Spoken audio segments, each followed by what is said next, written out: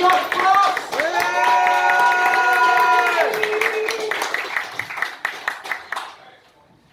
If the first stage of madness is talking to yourself, what stage is it when you start leaving passive-aggressive notes around your own house? Do the washing up. It's been 3 days. Put the crisps down, you're getting fat. Everybody hates you. Good evening, my name is Joshua Crosse. How's everybody feeling tonight? Yay! Now, I've been thinking a lot recently about things that we had as children that we don't have anymore, that we've grown up. Like Pogs. Who remembers Pogs? Yay! Dial-up internet. Waiting 45 minutes for a single Metallica track to download on Napster. Observational comedy. The other thing that we don't have as adults that we had as children is serotonin. And we don't have it anymore. And I remember fondly, as a child, going around and exploring the fields and the hills and hunting down serotonin because it would gather. It would gather underneath the hedgerows. And on streams where it slows down around the bends in the streams, it gathers, doesn't it, in like froth. And what you do is you gather the serotonin up into a little jar. And you put it on your bedside table. And it would make you happy. 80% of comedians suffer from depression.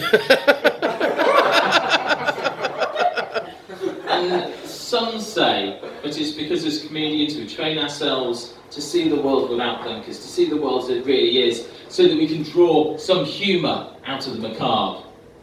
I say it's because in Tory Britain, the only response to somebody in crisis is to put them on a stage and laugh at them. And because there's a 5-year wait for therapy. You can get a career going in that time.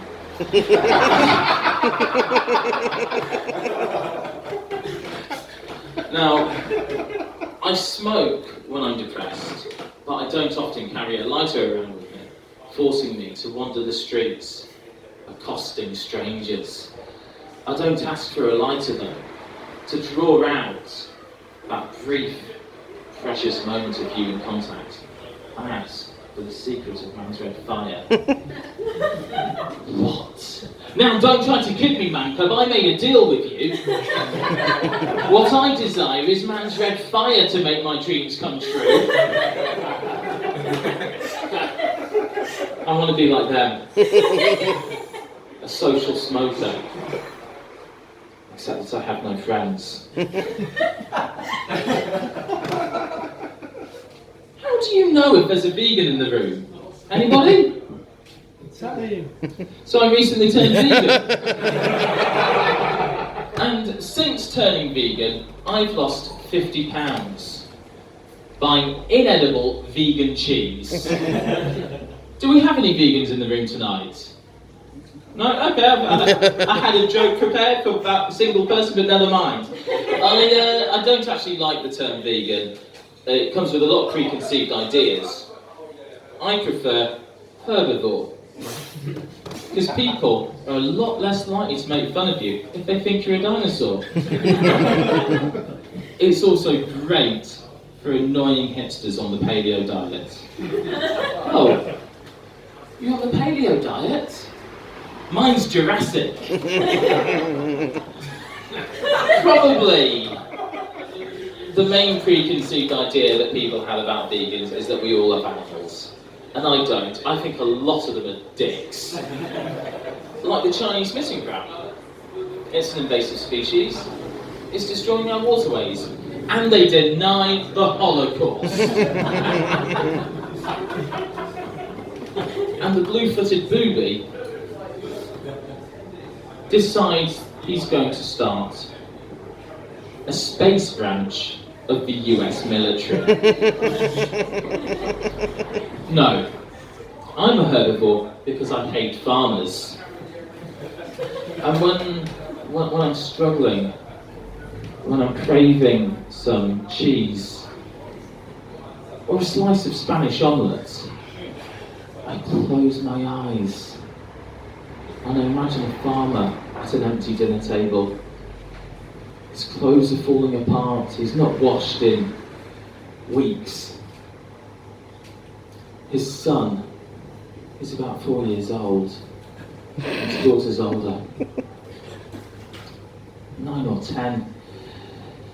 And he looks them in the eye and he says to them, "I'm sorry, children. I know it's been difficult since your mother left. After she caught me milking that cow. Because dairy is rape!"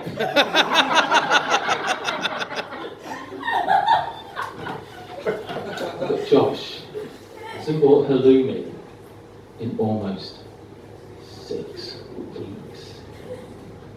He can't afford the dog anymore. Get me my shotgun.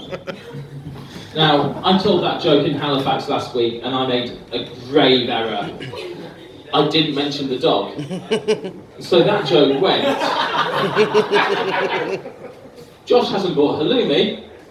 Double murder suicide. Ladies, give me a cheer if you've ever received an unsolicited dick pic. I love sending dick pics. It's my favourite hobby. I do it all the time. And probably the best thing about it is that imagining their face, they get the notification on their phone and they open it, oh great, I've got a message off Josh, let's see what this is. And I'm sensing I've lost the room a bit here. I can justify this. The first thing is that I send the pictures to my partner. The second thing is that they're not of myself. What I like to do is find prettier pictures and send them to her instead. I'm essentially catfishing my own partner.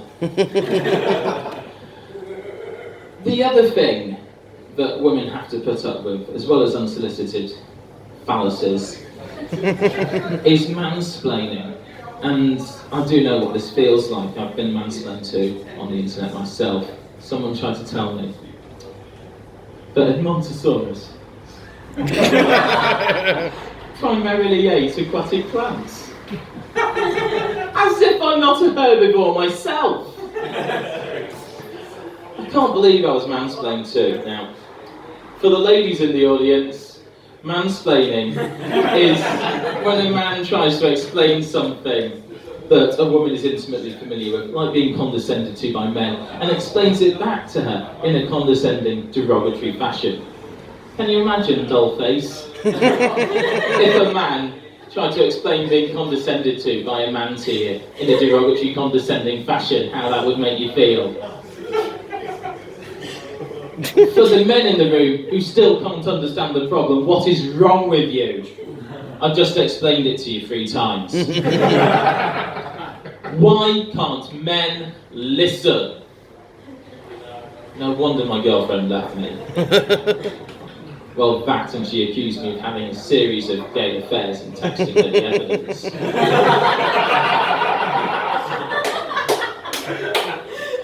Now, I'm going to leave it here. You've been absolutely wonderful tonight. Thank you very much. It's difficult. It's really difficult to come up on stage here as a white man. And I don't think people realise how hard it is to be a white comic.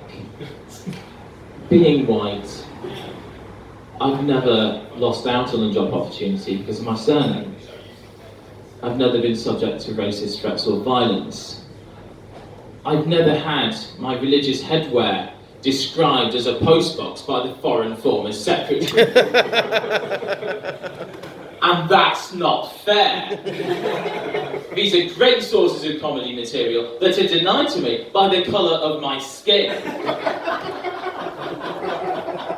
And where does this leave me?